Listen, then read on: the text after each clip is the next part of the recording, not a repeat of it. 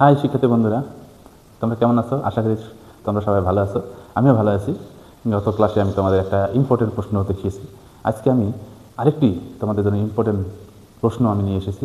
আশা করি এটি তোমরা ভালো করে শিখবে, তোমরা পরীক্ষায় কমন পাবে আশা করি।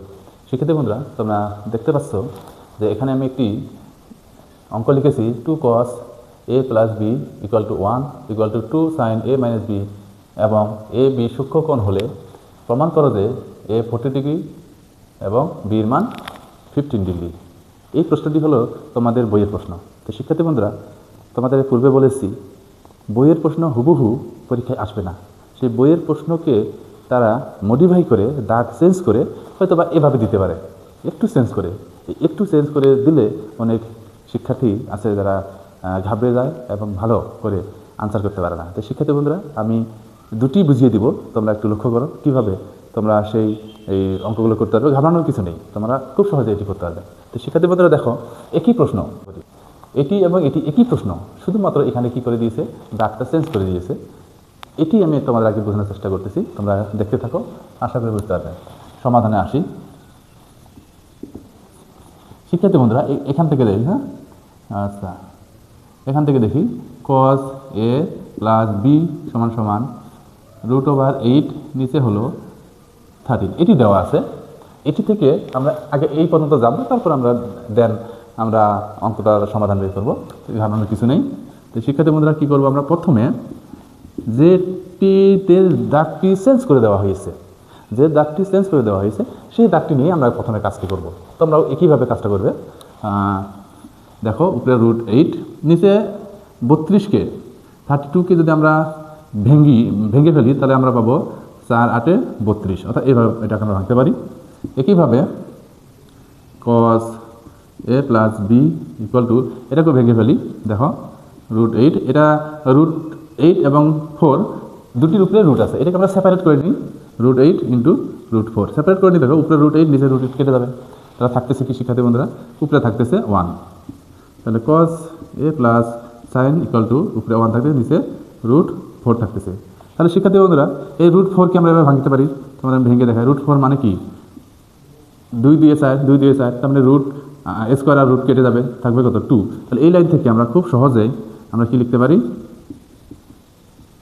1/2 লিখতে পারি। এই যে আমি এখানে দেখিয়ে দিলাম, এভাবে আমরা খুব সহজে 1/2 লিখতে পারি।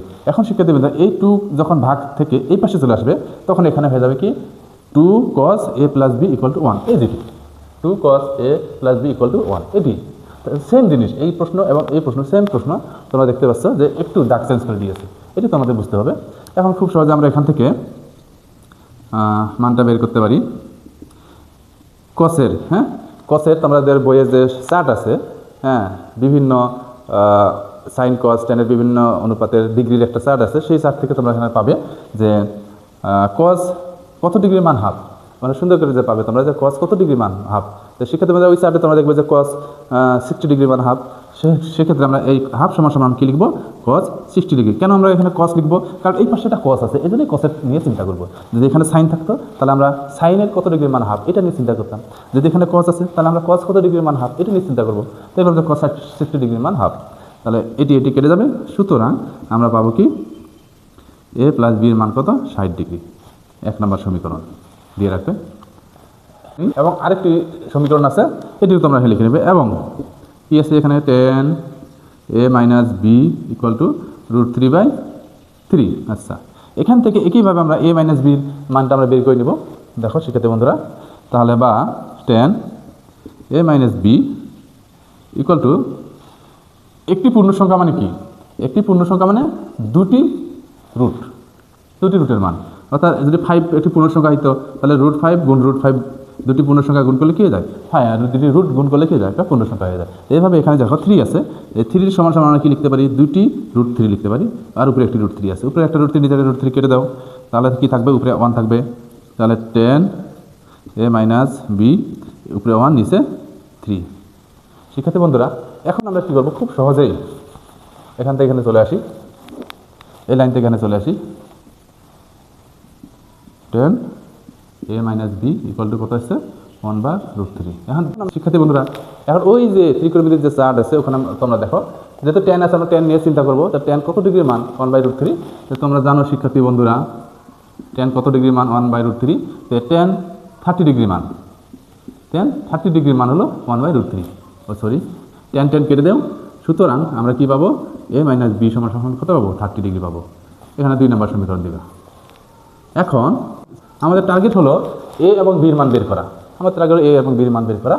সুতরাং কী করে আমরা দুইটি সমীকরণ থেকে এই একটি সমীকরণ এবং এই একটি সমীকরণ কী করে আমরা এ এবং বির মান বের করতে পারি, খুব সহজেই তোমরা বের করতে পারো। দুটি পদ্ধতি আছে, 1 নম্বর সমীকরণ এবং 2 নম্বর সমীকরণ যোগ করেও তোমরা এটি বের করতে পারো, হ্যাঁ, আবার বিয়োগ করেও তোমরা আরেকটি মান বের করতে পারো। আমরা দেখি, তোমরা বুঝতে পারবে। তাহলে এখন 1 নম্বর এবং 2 নম্বর যোগ করি, শর্টকাট এভাবে লেখা হয়, 1 নম্বর 2 নম্বর যোগ করি। তো 1 নম্বর হলো এটি, 1 নম্বরের বাম পাশটা হলো এটি, 2 নম্বরের বাম পাশটা হলো এটি, যোগ করে দিই সমান সমান। 1 নম্বরের ডান পাশ হলো 60 ডিগ্রি আর 2 নম্বরের ডান পাশটা হলো 30 ডিগ্রি, যোগ করে দিই।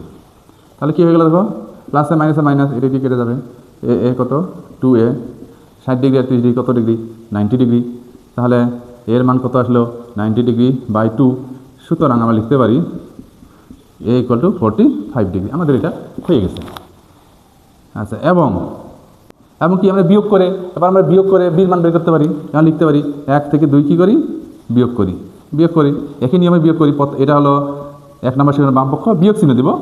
এখানে অনেকে ভুল করে শিক্ষা দেবে, বিয়োগ চিহ্ন দিব, তখন 2 নম্বরের যে রাশিটা থাকবে, বাম পাশের যে রাশিটা থাকবে, এটি চিহ্ন চেঞ্জ হয়ে যাবে। অর্থাৎ এটা হয়ে যাবে প্লাস আছে, এটা হবে মাইনাসে, মাইনাস বি হয়ে যাবে প্লাস বি, ইকুয়াল টু একইভাবে 60 ডিগ্রি, 1 নম্বরের বাম পাশটা 60 ডিগ্রি এবং 2 নম্বরের ডান পাশটা হলো 30 ডিগ্রি। বিয়োগ করে দিই, তাহলে বিয়োগ করলে দেখো প্লাসে মাইনাসে এ এবার উঠে যাবে, তাহলে কী হচ্ছে 2b, হ্যাঁ 2b সমান কত থাকতেছে 30 ডিগ্রি।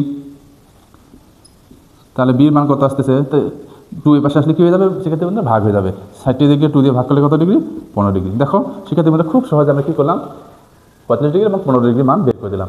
কী ছিল মেন প্রশ্ন ছিল এটা, সেখানে দাগ চেঞ্জ করে দিয়ে এটা দেওয়া হয়েছে এবং এটা দেওয়া হয়েছে। সেক্ষেত্রে বন্ধুরা এটাকে কী করতে হবে, তোমাদের পূর্বের নিয়মে আসতে হবে, এসে তোমাদের কী করতে হবে, এটার সমাধানটা তোমার বের করতে হবে। এটা খুবই একটা ইম্পর্টেন্ট প্রশ্ন, পরীক্ষা আসার মতন প্রশ্ন। তোমরা এটি প্র্যাকটিস করবে, আশা করি তোমাদের অবশ্যই এটি পরীক্ষা আসবে। সঙ্গে থাকো, ভিডিওগুলো দেখতে থাকো, সাবস্ক্রাইব করো। আমার এই অঙ্কগুলো তোমরা আগে পাবে এবং পরীক্ষার জন্য ভালো প্রিপারেশন নিতে পারবে। আমার সঙ্গে থাকার জন্য শিক্ষার্থী বন্ধুরা তোমাদের সবাইকে ধন্যবাদ।